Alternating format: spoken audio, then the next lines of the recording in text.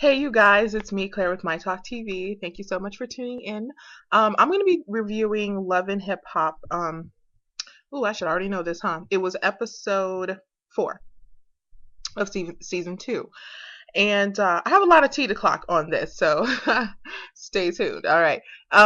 First and foremost, let's talk about Emily and Kimbella. They talked about Emily's childishness at Kimbella's party. It's no surprise that Emily was acting very childish when she went to Kimbella's party. The thing is, I understand you're hurt, Emily, by what happened to you. You were with someone, who was cheating on you, wasn't doing you right. I understand that. But as a grown woman, what you have to do is you have to let it go. See, because what you said, and I do appreciate the fact that when you were talking to Kimbella, you guys were at your car and you were talking to Kimbella, you were telling her, I'm sorry, I need to get over it. Me being upset with you is just me, holding on to the situation and I need to get over it. I appreciate you said that because you were being the bigger person that I have wanted to see you be this entire way through, in reference to Kimbella. Now, fortunately, when you get around Chrissy, because Chrissy is so childish and immature, you kind of fall into that. And I understand that. That's why you got to be careful who you keep around you. What's the saying? You are the company you keep. So be careful. But you know what's right in your heart because when you came at Kimbella, you came right. You came correct. Kimbella said, we left that in the past. And you admitted that you hadn't left it in the past. You was holding on to it. You let her know. And so I do appreciate that from you because that is true. The only reason you'd still be upset with her is if you didn't let go of what happened and let go of your relationship with Fabulous because you knew he was cheating. You knew he wasn't doing you no good. So there's really no point in being upset with her, especially since the fact that she didn't know. So, I was happy to see Emily step up, be a woman, and come at Kimbella with respect and admit to her faults. I really, really like that about Emily, and I'm starting to like Emily more. Okay, so let's move on to Olivia. Olivia's trying to make her music career work out. And she met up with, I don't know if it was an executive or somebody, who told her she needs to open up, that nobody really knows who she is, and that's so true.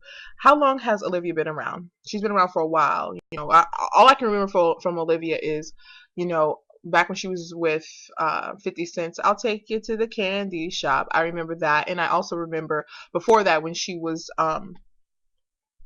had Biz out, I'm about to Biz out, like that song and Candy Shop. That's all I remember from Olivia.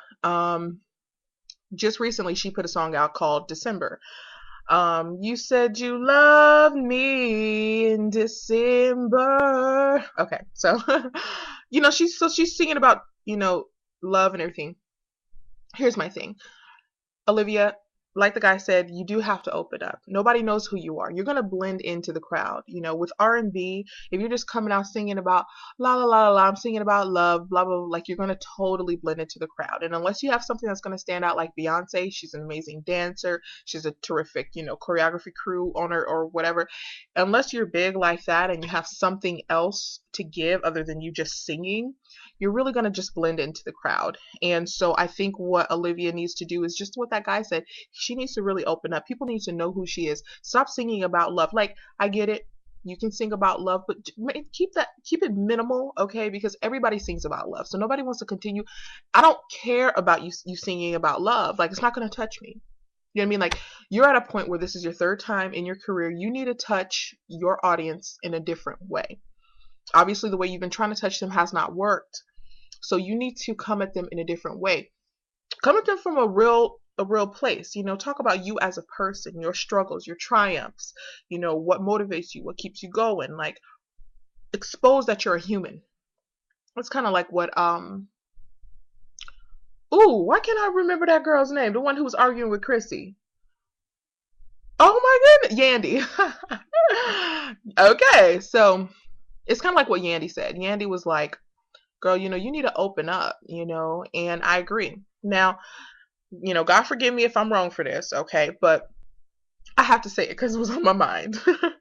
When Olivia was sitting up there with Yandy and she was like, oh, Yandy, she was like, yeah, my mom, she wrote me letters and I couldn't talk to Now, like I said, forgive me, Lord, if I'm wrong, because I don't know Olivia, so I could just be, think about. But it seemed fake to me. Like it seemed like she found out that she needed to open up, and that was her first little weak attempt of opening up. But and it didn't seem very genuine. But at the same time, like I said, I can't judge her. I don't know if that really happened to her. Then hopefully, she can turn that negative into a positive, make it work for her, maybe make it work, make her some money. But just that whole scene just seemed fake. Okay, it seemed acting 101. You know what I mean? Like it seemed like fake. And that's just my opinion about how I've seen the situation. I'm like, really? Speaking of acting, before we move right along, Jim Jones. Okay, so Jim Jones was headed over to meet his mom. As a matter of fact, I think I was getting ready to talk about that next. Yes, I was getting ready to talk about that next. So I talked about everything I need to talk about with Olivia. So yeah, boom, boom, boom. We got Olivia out the way. So let me move on to this. Jim Jones on his way to talk to his mom about the situation between Chrissy and his mom. Jim Jones was riding over there, and y'all, I was laughing so hard. Why it looked like he was in a music video? Why they set it up and he's all chrome wheels, iced out. Everybody know what I'm talking about. Like, did you guys see that? I'm like, hot best to the 10th degree. Okay, I'm like, no. I'm like, what the fuck? As I was watching it, all I remember saying, I said this out loud to myself. I said, am I watching a music video? What the hell is this? Like, I was like, what is this? Why am I seeing Jim Jones riding around his car like he's Mr. Uso Cool, rapping along to his song? Like, fool, ain't nobody checking for you. And I don't want to be mean. I really don't want to be mean. But I'm like, boring. Like, come, like, you know what I'm saying? That scene just lasted a little bit too long. Like, I understand, he's on his way. He's like, he's listening to his song. I understand if, they show him on his way to his mom and he's just riding, he's listening to his song, and it's a short little clip. But for it to be a long clip like it was, him riding, singing along to it, they get him from different angles. I'm like, fool, is this a music video? I'm not feeling this. I was like, get out of here. Get out of here. But as you can see, Jim Jones is promoting his music. He's trying to, get people, he's trying to be relevant. It seems like everybody on Love and Hip Hop is trying to be relevant. Like, I just noticed that right now as I was talking. Olivia, Samaya Reese, Tierra Marie, like, what the? Jim Jones, like, and I think Fabulous, isn't Fabulous going to be on the show? I think I've seen in the super trailer that Fabulous is going to be on the show later on. And Fabulous, he's not terrible, but he's really not all that big either. So it seems like all these people are trying to really give their careers a jump start. You know what I'm saying? Jump their careers. You know what I mean? Because their careers died a little bit. They trying to jump them. So that's what it seems like. But anyway, y'all, I just had to roll on that scene. That scene made me laugh so hard. I'm like, I know y'all not acting like this is a music video. So anyway, okay, moving right along. So Jim Jones and his mom were talking, and I really, really loved that Jim Jones' mom said, you know what, I'm the mom.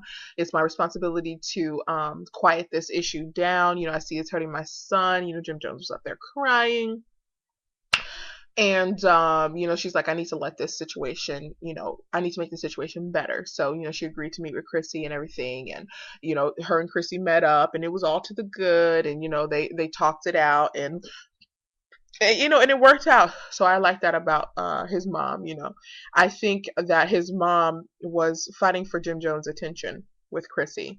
They were I don't know if Chrissy was necessarily fighting, but I know that his mom was. And I see that happen with a lot of moms just in normal everyday life. Like moms will fight with whoever their son is with for their son's attention, it seems like. And I think it's just that fear that many mothers have that their sons are, leaving from them or loving someone more than them or something. I don't know, because I'm not a mom, so I don't know, but it just seems like that. So whatever. And so Chrissy told Jim Jones' mom that she had psychotic spelled wrong on her shirts, and then in the confessional she spells the word psychotic correctly. Obviously you didn't know how to spell psychotic, because if you did, you wouldn't have let them print 10,000 shirts of it. Let's go ahead and get that T clocked. And then on top of that, for you to be like, oh, I made up my own word, physicotic. I'm sorry, like I just all I see, I don't see anybody rocking those shirts. Who's gonna rock those shirts? If they made 10,000 of them already and they're selling them, and she's trying to say, "Oh, this physicotic or whatever." Now I heard from I was watching someone else. I was watching the Scorpion show, and they were talking about that apparently she changed it up and spelt the word right and had more shirts printed out or whatever.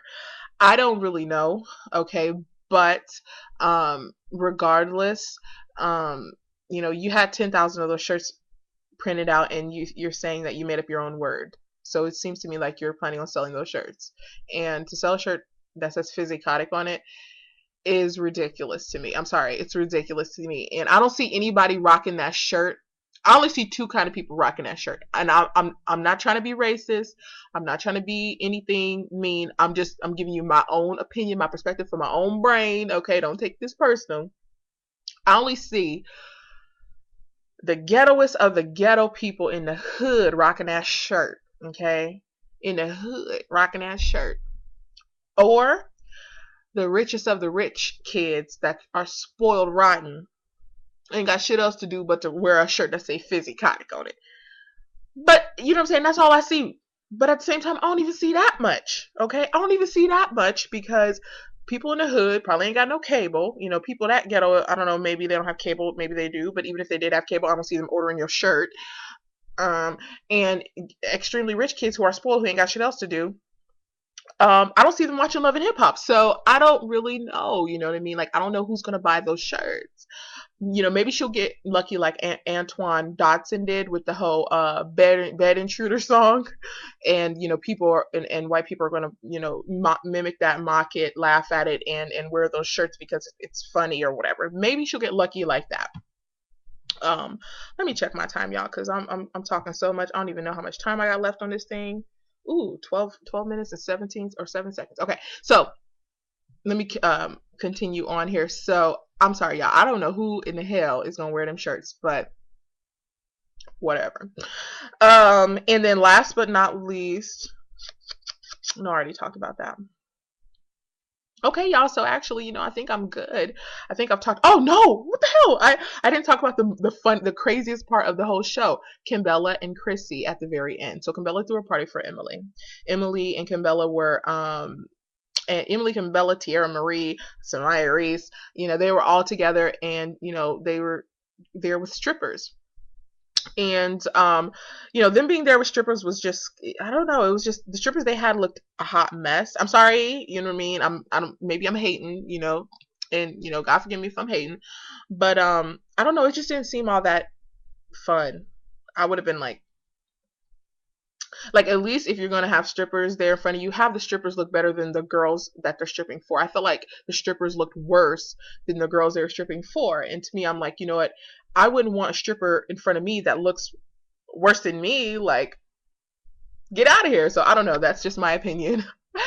And I know some of y'all gonna be like, "Ooh, she is a bitch." I'm just being honest. Like, I'm just being honest. And so that that's what it was. And then so Chrissy comes in, Chrissy walks in, and I'm like, Chrissy, she gonna walk in, she see the strippers, she gonna walk in all slow, see the strippers act like, ooh, what is this is weird, this is strange. Yeah, she keep walking in. Obviously, Chrissy, you liked what you seen, fool, because you kept walking in. I mean, you wanted to stay and you wanted to see what was gonna happen, so quit fronting. um you want to be there, so quit fronting. And then Camilla took her to the side and tried to talk to her about it and try to get an apology or whatever from Chrissy. Chrissy wasn't trying to apologize, and Chrissy ran over. After telling Camilla she didn't want to talk about it, she ran over to the other girls and was talking about it.